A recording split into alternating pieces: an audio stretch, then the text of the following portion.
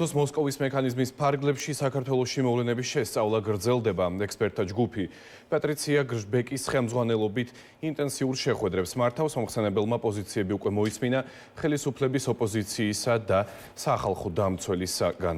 მისის მთავარი ამოცანა დაადგინოს თუ რამდენად ერთგული რჩება ჩვენი ქვეყანა აღებული ვალდებულებების მიმართ, განსაკუთრებით კი 2024 წლის შემდეგ განვითარებული პოლიტიკური მოვლენების თვალსაზრისით.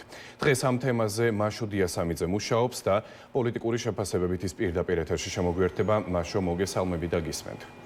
ოპოზიციისთვის ევროსაბჭოს მიერ გამოქვეყნებული დოკუმენტი იმის დასტურია, რომ ქართული ოცნების მმართველობის პირობებში უხეშად ირღვევა ადამიანის უფლებები. ამასთან ერთად ანალოგიურად ფიქრობს არასამთავრობო სექტორის და აცხადებს, რომ ამით კიდევ ერთხელ დადასტურდა, რომ ადგილი ჰქონდა ძალის გადამეტება სამართალდამცავების მხრიდან აქციების დროს. ამასთან ერთად კრიტიკული დასკვნის მოლოდინი აქვს ასევე უთოუდილის წარმომადგენლის მხრიდანაც. ექსპერტი, რომელიც 2 დღის წინ ჩამოვიდა და უნდა შეაფასოს ქვეყანაში ადამიანის უფლებების მდგომარეობა, ის შეხვდა უკვე როგორც ხელისუფლების, ისე ოპოზიციის წარმომადგენლებსაც. ამასთან ერთად საერთაშორისო კრიტიკას პასუხობენ და აფასებენ ასევე მმართველ გუნდშიც. თემაზე ვრცელად უფრო მეც ჩვენს მიერ მომზადებულ სიუჟეტში იხილავთ.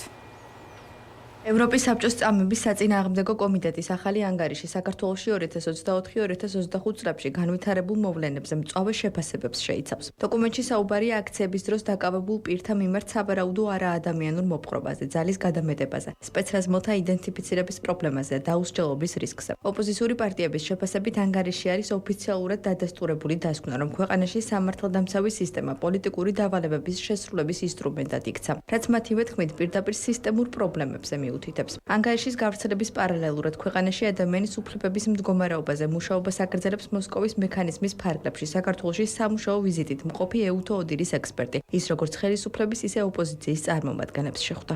იმ შეხვედრაზე იყო საუბარი იმაზე, რამდენად სისტემური ხასიათი აქვს ადამიანის უფლებების დარღვევას საქართველოში. მათ შორის აინტერესებდა ექსპერტს, რომ ჩვენგან პირველ პირში მოესმინა ჩვენი თვალით რა ქონდა ნანახი 2024 წლის ნოემბერ-დეკემბერში, ისე როგორც მანამდე აპრილის აქციების დროს, როგორ ხდებოდა ადამიანების წამება. მათ შორის აინტერესებდა არსებობს თუ არა ქვეყანაში ჩვენ წარმოდგენით პოლიტიკური ნება იმასთან დაკავშირებით, რომ რამე ევროპის საბჭოს წამების საწინააღმდეგო კომიტეტის ახალი ანგარიში საქართველოში 2024-2025 წლებში განვითარებულ მოვლენებზე მწვავე შეფასებებს შეიცავს. დოკუმენტში საუბარია აქციების დროს დაკავებულ პირთა მიმართ სავარაუდო არაადამიანურ მოპყრობაზე, ძალის გადამეტებაზე, სპეცრაზმოთა იდენტიფიცირების პრობლემაზე და დაუსჯელობის რისკზე. ოპოზიციური პარტიების შეფასებით ანგარიში არის ოფიციალურად დადასტურებული დასკვნა, რომ ქვეყანაში სამართალდამცავი სისტემა პოლიტიკური დავალებების შესრულების ინსტრუმენტად იქცა, რაც მათივე თქმით პირდაპირ სისტემურ პრობლემებზე უთითებს. ანგარიშის გავრცელების პარალელურად ქვეყანაში ადამიანის უფლებების მდგომარეობაზე მუშაობას აგრძელებს მოსკოვის მექანიზმის ფარგლებში საქართველოში სამუშაო ვიზიტით მყოფი ეუთოუდილის ექსპერტი. ის როგორც ხელისუფლების, ისე ოპოზიციის წარმომადგენლებს შეხვდა. იმ შეხვედრაზე იყო საუბარი იმაზე, რამდენად სისტემური ხასიათი აქვს ადამიანის უფლებების დარღვევას საქართველოში. მათ შორის აინტერესებდა ექსპერტს, რომ ჩვენგან პირველ პირში მოესმინა ჩვენი თვალით რა ქონდა ნანახი 2024 წლის ნოემბერ-დეკემბერში, ისე როგორც მანამდე აპრილის აქციების დროს, როგორ ხდებოდა ადამიანების წამება. მათ შორის აინტერესებდა არსებობს თუ არა ქვეყანაში ჩვენ წარმოდგენით პოლიტიკური ნება იმასთან დაკავშირებით, რომ რამე გამოძიებული იყოს და ჩვენ მოვუყვანეთ ათობით მაგალითი ის მოყოლაც მოვასწარით, ის რაც ჩვენ გადახვდა, ის რაც ჩვენ მეგობრებს გადახდათ, სადაც ძალიან ათლად ჩანს, რომ ზოგადად ადამიანის უფლებების დარღვევას, მათ შორის წამების ფაქტებს აქვს სისტემური ხასიათი. ამ ქვეყანაში არ არსებობს არანაირი პოლიტიკური ნება, რომ ესეთ შემთხვევების გამოძიება მოხდეს. პირველ რიგში ის მწვავე შეფასებები, რომლებიც მომდინარეობს ევროკავშირის წევრი ქვეყნებისგან, ის რა თქმა უნდა ადეკვატურია და ასახავს ჩვენს ქვეყანაში არსებულ რეალობას ადამიანის უფლებების მიმართულებით.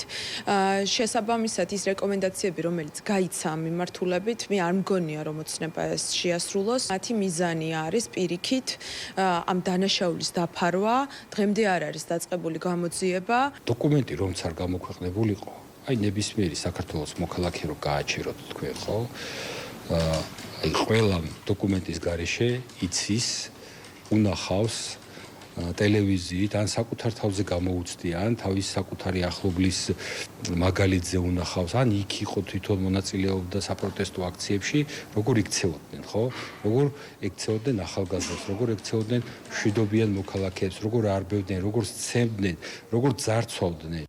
ხელისუფლების ოპონენტებისთვის განსაკუთრებით საგანგაშოა ის ფაქტი, რომ გასული წლის აქციებთან დაკავშირებით არც ერთი სამართალდამცავი არ არის პასუხისგებაში მიცემული. ადამიანის უფლებებზე მომუშავე ორგანიზაციები აცხადებენ, რომ ევროპის საბჭოს ანგარიში იმ საჩივრებსა და მტკიცებულებებს ადასტურებს, რომლებიც მათ ნოემბერ-დეკემბრის აქციების შემდეგ დააგროვეს. ისინი საუბრობენ იმ მძიმე რეალობაზე, რომელიც საფრთხეს ქვეყნის ევროპულ პერსპექტივას უქმნის.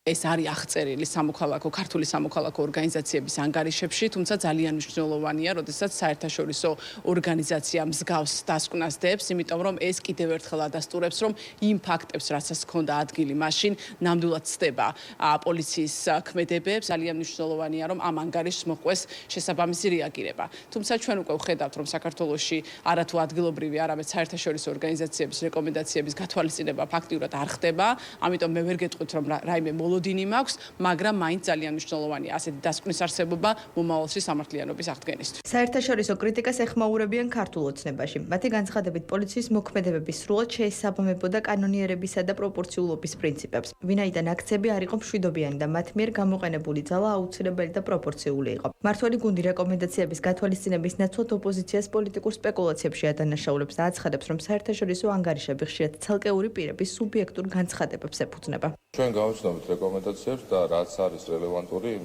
ჩვენს ქვეყანაში არსებულ რეალობასთან და რაც არის ქართული ხალხის ინტერესების შესაბამისი, ვიმსჯელოთ მათ გათვალისწინებასთან დაკავშირებით. მნიშვნელოვანია, რომ ყველა შემთხვევაში, ყველა ობიექტურმა მხარემ და იმ ადამიანებმა და იმ ორგანიზაციამ, რომელსაც ობიექტურობაზე აქვს პრეტენზია, ყველაფერს დაარქვას თავისი სახელი, რომ ის რომ მოძალადებრივი, ძალადობრივი აქცია იყო, აქციები ტარდებოდა ჩვენს ქვეყანაში, შტურმი ხორციელდებოდა სახელმწიფო დაწესებულებებზე და დაშავებულები არიან პოლიციელები. პოლიტიკური ზეწოლის მექანიზმად გამოყენებული იქნა ეგრეთ წოდებული მოსკოვის მექანიზმი. თქვენ იცით, რომ ძალიან კვალიფიციური ექსპერტი უკვე იმყოფება 2 დღეა საქართველოში და დარწმუნებული ვარ, ის შეძლებს ობიექტური სამართლიანი ანგარიშის დაწერას. ყოველ შემთხვევაში ჩვენ ამას იმედოვნებთ. სახელმწიფოს არავისთან დასამალი არ აქვს. ნებისმიერი შეხვედრა, ნებისმიერი თანამდებობის პირთან, ნებისმიერი ინფორმაცია, რომელიც მოითხოვა ექსპერტმა, მას ეს ინფორმაცია გადაეცა. ევროსაბჭოს კრიტიკული ანგარიში და ეუთოოდირის მოსკოვის მექანიზმის ამოქმედება საერთაშორისო ყურადღებას საქართველოს მიმართ კიდევ უფრო ამძაფრებს. ოპოზიცია და სამოქალაქო სექტორი სისტემურ პრობლემაზე საუბრობენ. მმართველი გუნდი კი ამტკიცებს, რომ სამართალდამცავები კანონის ფარგლებში მოქმედებდნენ.